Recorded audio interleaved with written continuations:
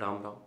तो जब तुम लोग किसी भी एग्ज़ाम की तैयारी करते हो और हम हमेशा ये बताते हैं कि सिलेबस के अकॉर्डिंग चलो, सिलेबस के अकॉर्डिंग चलो, उसका मतलब इतना सा होता है कि जितना तुम पढ़ो वो सिलेबस के अकॉर्डिंग हो।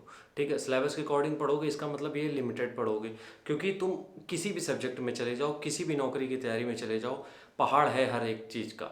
अगर तुम मान लो कांस्टेबल की तैयारी कर रहे हो तो तुम्हारे पास मैथ में अर्थमेटिक के भी इतने सारे टॉपिक, इतनी सारी चीज़ें हैं कि तुम्हें वही ख़त्म करने में 6 महीने लग जाएंगे। जीके में इतनी सारी चीज़ें हैं कि तुम्हें ख़त्म करने में 8 महीने लग जाएंगे। तो अगर तुम इस तरीके से तैयारी करोगे तभी तुम्हें 3 साल लगते हैं, 4 साल लगते हैं। और यकीन मानो हमने पहला एग्ज़ाम निकाला था अपना मात्र 2 महीने में।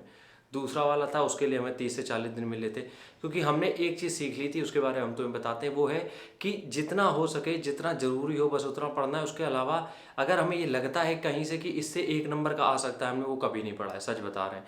अगर हमें कभी भी लगा है कि पिछले 2-4 सालों में कभी एक क्वेश्चन पूछ गया तो अब डर है कि उससे फिर ना आ जाए, तो हम उसको पढ़ते ही नहीं थे बिल्कुल भी।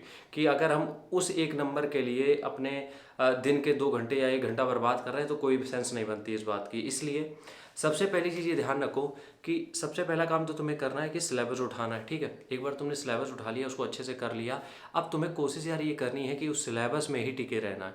हमेशा तुम्हें देखो चारों तरफ से लोग बताएंगे, ज्ञान देंगे कि यार ये भी पढ़ लो, इस बार ये आया था, वो भी आया था। नहीं, तुम्हें उन चीज़ों पे फोकस नहीं करनी, तुम्हें अपने सिलेबस पे स्टिक रहना है। ठीक है, पहली बात। दूसरी चीज़, जब भी तुम सिलेबस भी कवर करते हो तो उसमें भी ये देखा करो कि इस समय क्या पूछा जा रहा है, क्योंकि सिलेबस के अंदर भी एक सिलेबस होता है। अब मान लो तुम्हें एक कोई टॉपिक दे दिया गया, उसके अंदर उसके सब टॉपिक होते हैं। ठीक है, एक बड़ा टॉपिक है, जैसे कि एक ब्रेकिंग न्यूज़ होती है, बाकी छोटी छोटी न्यूज़ होती हैं। ठीक है, तो तुम्हें ये समझना पड़ेगा कि तुमने एक बड़ा न्यूज़ तो पढ़ लिया, अब छोटी छोटी न्यूज़ में भी हमेशा क्या पूछा जा रहा है, तो उसको समझने के लिए तुम्हें प्रीवियस ईयर लगाने पड़ेंगे। और इन सब का निचोड़ यही है जो ये लोग बताते हैं कि तुम्हें सबसे पहले प्रीवियस ईयर पेपर लगाना है। उसका मतलब यही होता है कि जो चीज़ें बड़े से छोटे में आई हैं वो छोटों में भी और छोटा कर सकते हैं क्या, तो उसके लिए हम देख लेते हैं कि प्रीवियस ईयर पेपर। तो सबसे पहला काम तुम लोग यही किया करो, सिलेबस तो तुमने समझ लिया, तुम कोशिश ये किया करो सिलेबस में भी कुछ ना कुछ चीज़ें हटा सको। जैसे कि कुछ चीज़ें ऐसी होती हैं सिलेबस में जो दे तो दी जाती है लेकिन पिछले 4 सालों में पूछी नहीं गई कभी, तो वो हमारे मतलब की नहीं है। कुछ चीज़ें ऐसी होती हैं जिनमें साल में, 2 साल में, 4 साल में कभी 1 नंबर का पूछ लिया गया, तो उस 1 नंबर के लिए घंटों क्यों बर्बाद करने। तो ये थोड़ी सी अगर स्मार्ट अप्रोच रखोगे तो यकीन मानो ये बहुत बेनिफिट देगा तुम्हें, बहुत एक्सट्रीम लेवल पे बेनिफिट देगा, ये मेरा वादा है।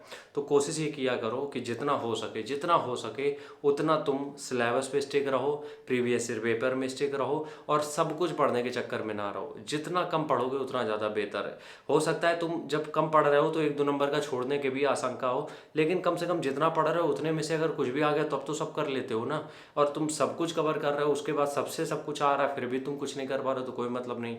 तो अगर इस तरीके की चीज़ें आ भी नहीं कि 1-2 नंबर का कहीं कुछ छूट रहा है, मान लेते हैं हम छूट रहा है, तो उसके लिए क्यों हमें फालतू में इतना भसड़ पालनी है, सारी चीज़ें करनी है। ठीक है, तो 1-2 नंबर का छूट रहा है छोड़ो, लेकिन जितना ज़रूरी है, जहाँ से कोर एरिया है, जहाँ से सबसे ज़्यादा हर साल पूछे जाते हैं, उसको कस के पकड़ना है और बाकी चीज़ों को छोड़ दो। ठीक है, तो ये चीज़ें अगर करोगे तो हो सकता है कि तुम 3 महीने 6 महीने में किसी भी एग्ज़ाम को क्रैक कर सकते हो।